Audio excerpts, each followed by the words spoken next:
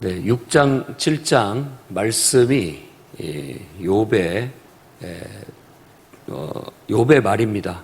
근데 6장은 이제 엘리바스의 말에 응답하듯 친구들 아무 소용없구나 이런 투로 엘리바스의 말에 응수를 하고, 다시 7장으로 돌아와서는 하나님께 또 그 시각을 맞춥니다. 그런데 이런 태도는 아주 중요한 겁니다. 우리가 수많은 사람들을 대하고 또 우리 인생에 수많은 환경과 여건들을 대하고 살아가는데, 그 모든 사람과 또 환경과 처지를 다 상관하면 피곤해서 못 삽니다. 그러면 우리는 어떻게 해야 되느냐? 이 성경의 진리를 통해서 우리가 인생을 사는 법을 배워야 되겠는데, 딱 한 분에게만 집중하면 됩니다.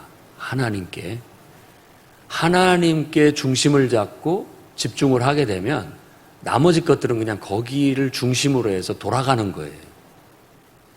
그게 가장 단순하고 쉽고 또 우리 스스로를 지킬 수 있는 가장 좋은 방법입니다.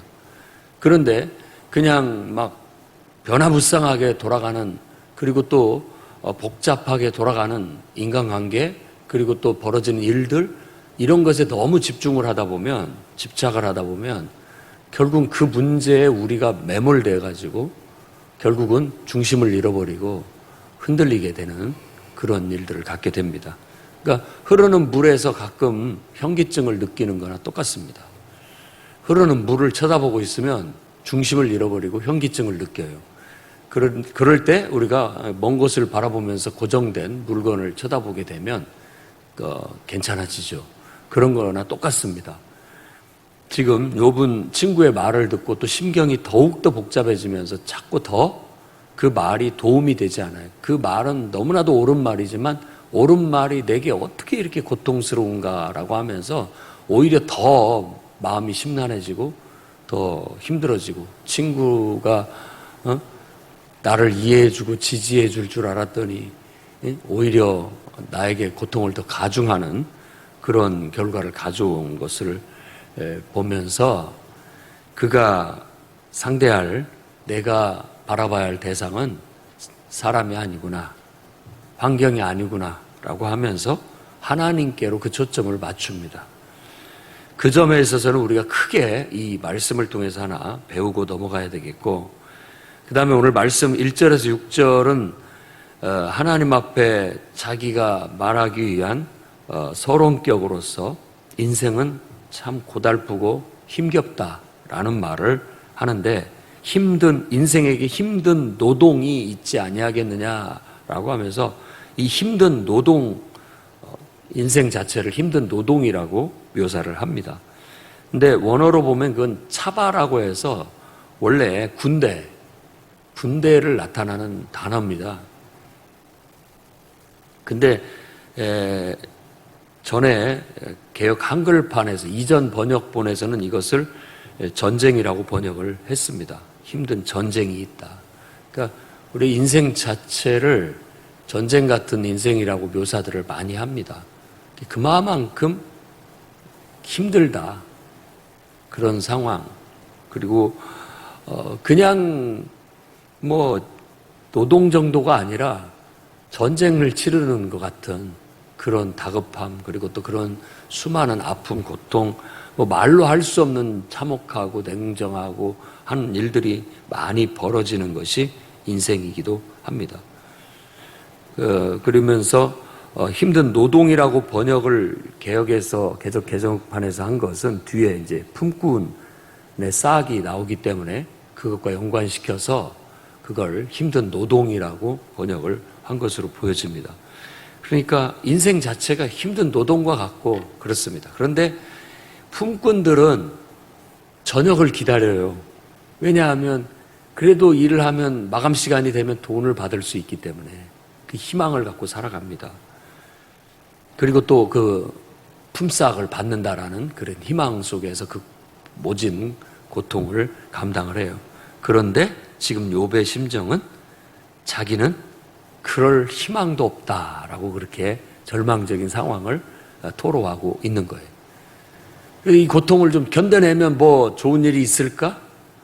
어느 그 한계가 있다는 거예요. 시간이, 정해진 시간이 있어요. 품꾼들이나 노동이나 다 끝이 있기 마련인데, 내 인생의 이 힘겹고 고달픈 인생은 끝이 보이지를 않는구나. 그래서 고달픈 밤을 보내고 불면의 밤을 계속 지속한다라고 그렇게 얘기합니다. 희망이 없기 때문에 계속 잠 못 자고 뒤척거리면서 늘 고통스러운 상황 속에 가게 된다라는 겁니다. 7에서 10절까지 말씀에는 나의 생명이 한낱 바람과 같음을 기억하옵소서라고 그렇게 말합니다. 그러니까 하나님 앞에 지금 이 대화가 엘리바스에게 나를 좀 생각해달라, 기억해달라 이렇게 말하는 게 아니라 하나님께 향하고 있다는 걸 이 7절 말씀을 통해서 알 수 있습니다. 그러니까 결국 내가 뭐 아무것도 아니지 않습니까? 하나님 보시기에는 그저 한낱 바람과 같은 존재일 뿐인데 왜 이렇게 나를 가만 내버려 두시지 않고 힘들게 하십니까? 라는 그런 토로를 합니다. 자, 내가 이렇게 정말 바람과 같아서 금방 나는 이 시간 속에서, 이 공간 속에서 사라져버리고 말 것입니다. 하나님께 그런 심정을 토로하는 거예요. 근데 이런 것들을 깊이 생각을 크게 할 필요 없습니다. 왜냐하면 지금 이 욥의 심정이 이렇다라는 거예요. 이게 어떤 막 인생에 아주 깊이 있는 진리를 담고 있고 막 깊이 묵상을 해야 할 어떤 인생에 깊은 깨달음을 담고 있고 이런 것이 아니라 누구나 다 그런 상황이 되면 느껴지는 감정이고 심정을 그냥 하나님 앞에 토로하는 거예요.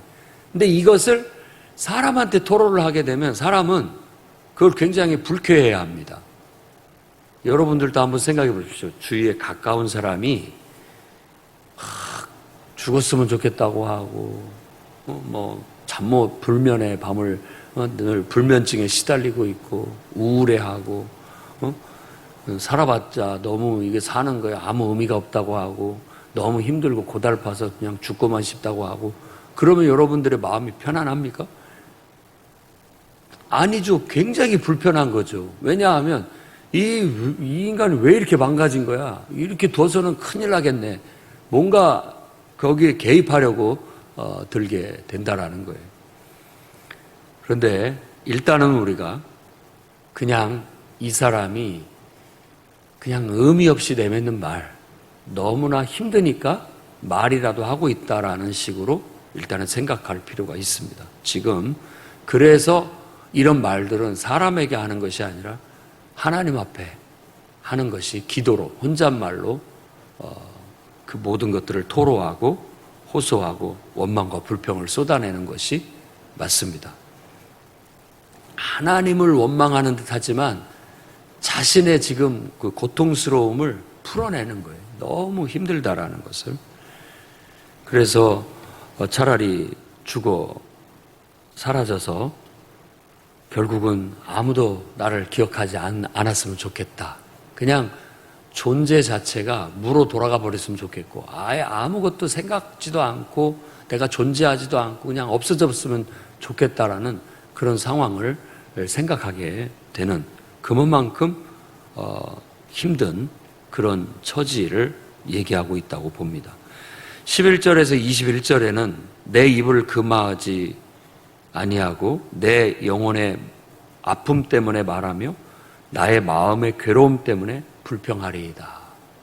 그게 이 욥의 심정을 대변하는 가장 대표적인 구절인 것 같습니다. 지금 입이라도 열어서 영혼의 아픔을 토로할 수밖에 없고 마음속에 이 괴로움을 불평이라도 해서 쏟아낼 수밖에 없는 주체할 수 없는 자기 안에 있는 그 고통, 쉼없이 밀려오는 그냥 견딜 수 없는 고통을 이렇게 묘사하고 있습니다. 그러면서 하나님 제발 나를 좀 놓아주십시오라는 기도를 드립니다. 이 고통에서 나를 좀 놓아주십시오. 그것은 죽음에 대한 갈망이기도 하면서 또 어떻게 보면 정말 왜 나를 이런 고통 속에서 내가 만일 죄를 지었다 할지라도 왜 내 죄를 사해 주시지 않고 내 허물을 용서해 주지 않습니까? 라고 토로하는 거예요. 하나님 앞에. 무슨 문제가 있다면 하나님 죄값을 치르고 또 그것으로 인해서 내가 용서도 받을 수 있고 또 사함도 받을 수 있을 텐데 전혀 앞이 캄캄하고 아무런 은혜도 또 은총도 구할 수가 없다라는 그런 심정을 토로하고 있는 거예요. 그래서 여기에서 우리가 깊이 생각해 봐야 할 주제는 하나님의 현존과 하나님의 부재라는 그런 생각입니다. 우리는 하나님의 현존을 아주 달콤하고 은혜가 넘치고 감사한 것으로 생각할 수 있지만 때로는 하나님의 현존이 이와 같은 고통과 아픔으로도 찾아올 수 있다는 거예요.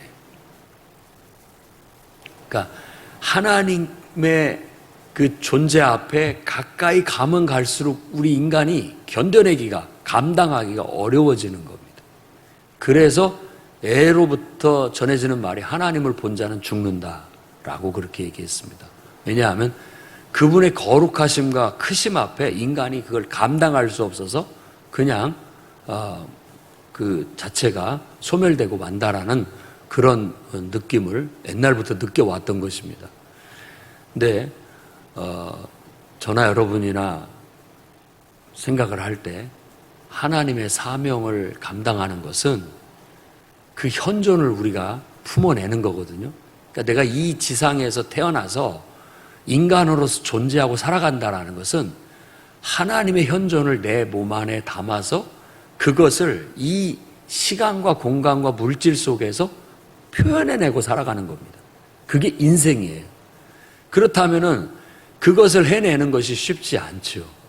그런 것에 따른 어떤 이 타락한 세상, 어찌 보면 제한적이고 어떤 저주받은 이 세상 속에서는 그렇게 하나님의 현존을 담아 그분의 뜻을 실현해 나가는 것이 고통스러운 현실로 다가오는 경우가 많이 있다라는 것을 보여주고 있는 것입니다.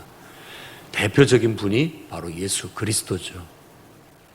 하나님의 형상으로 이 땅에 오셔서 그분의 삶은 고난받는 종의 삶이라고 얘기를 하고 있는 겁니다. 그리고 또 빌립보서에 바울이 얘기한 것처럼 그분 자체가 하나님이시지만 인간의 형체로 낮아지셨다라는 것, 곧 죄인의 형체를 입으셨다라고 얘기를 하는 것은 고통 그 자체라는 겁니다. 그냥 인간이 된다라는 것, 인간으로 존재하고 인간으로서 살아간다는 것 자체가 이미 이 세상이 제한적이고 악하고 그걸로 인한 저주받은 어떤 불완전한 상태 속에 놓여져 있기 때문에 인간으로서 존재하고 삶을 살아간다라는 것은 그냥 고통스러운 것으로 그렇게 보여집니다. 그래서 그가 고난을 당하시고 십자가에 죽기까지 고난을 당하셨다라고 그렇게 얘기함으로써 우리 인간의 이 고달프고 힘겨운 그 인생의 무거운 죄의 짐을 친히 십자가에서 다 대속하셨다라고 그렇게 말합니다. 그래서 지금 우리의 현재 이 세상 속에는 우리가 살아가는 지금도 시간과 공간 속에는 아직도 죄와 저주가 서려 있지만 예수 그리스도라는 그분의 임재 안에서만큼은 그게 없습니다. 그래서 우리가 예배를 드리고 예수 그리스도의 임재 안에 들어가서 그분 안에서만큼은 더 이상 아픈 것도 애통하는 것도 죽는 것도 없는 그야말로 천국의 기쁨을 누릴 수 있게 되는 겁니다.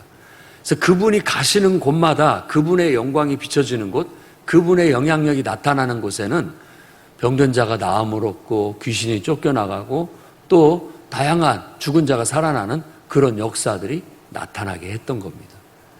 마치 그분 안에는 이런 것들이 없다라는 것을 보여주는 것 같습니다. 그래서 우리는 그분이 부활하시고 승천하셔서 이제 다시 오실 날을 소망하고 살아가게 되는 겁니다.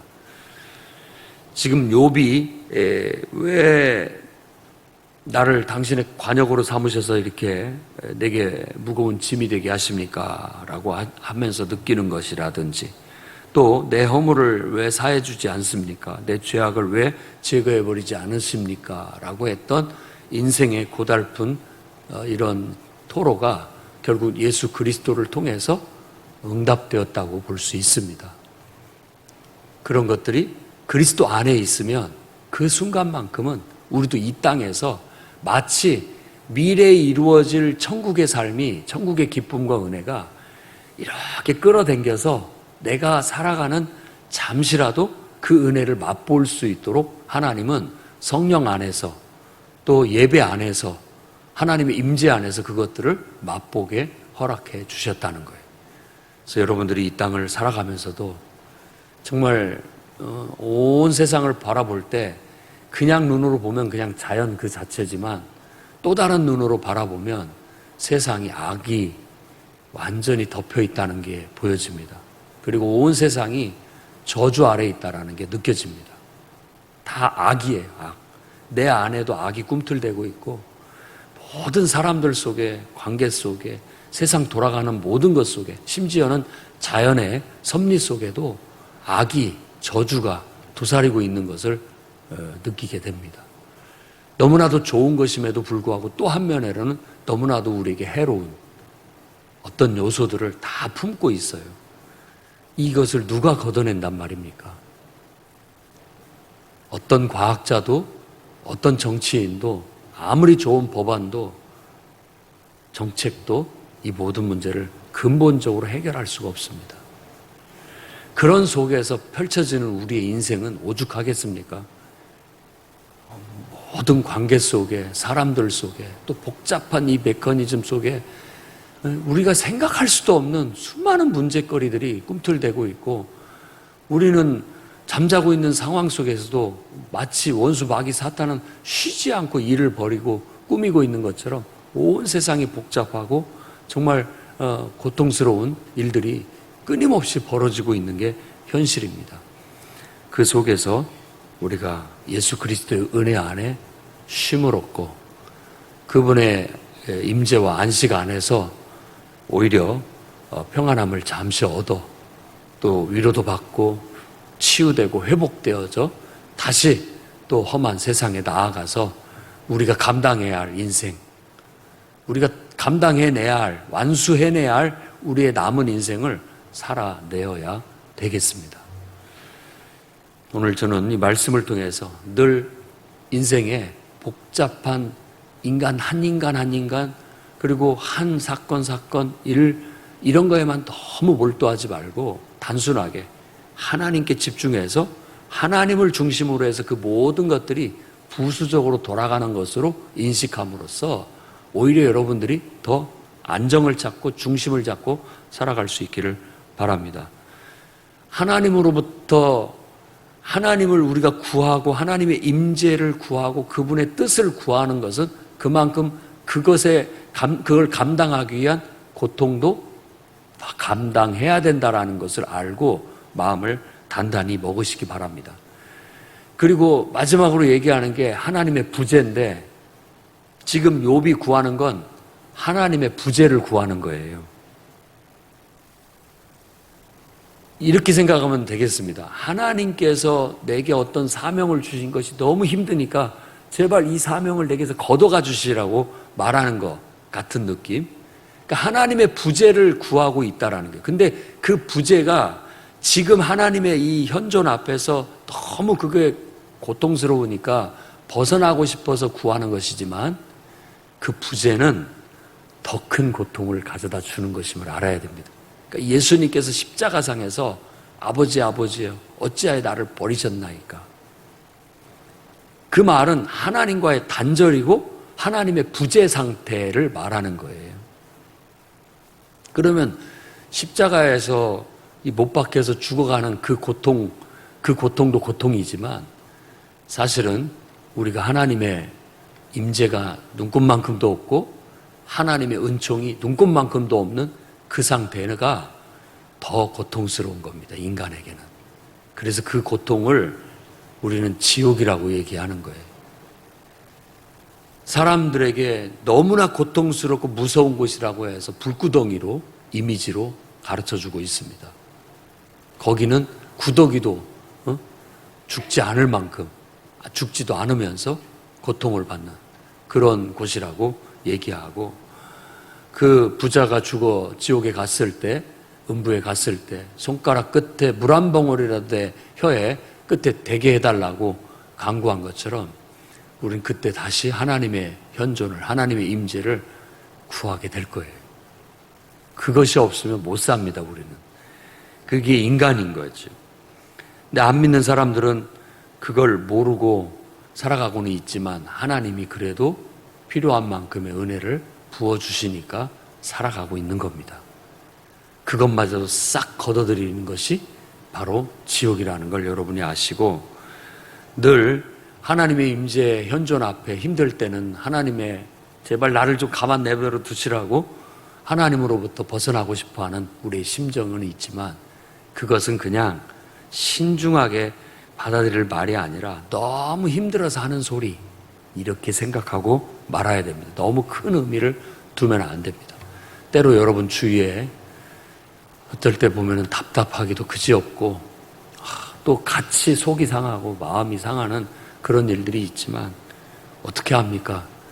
그런 아픔도 그런 방황도 감당을 해가면서 사람은 성장하고 성숙되니까 어쩔 때는 너무 힘들어서 저러려니 하고 좀 내버려 둘 때도 있는 것 같습니다. 그래서 지혜롭게 잘 처신할 수 있는 저와 여러분이 되기를 주의 이름으로 축원합니다.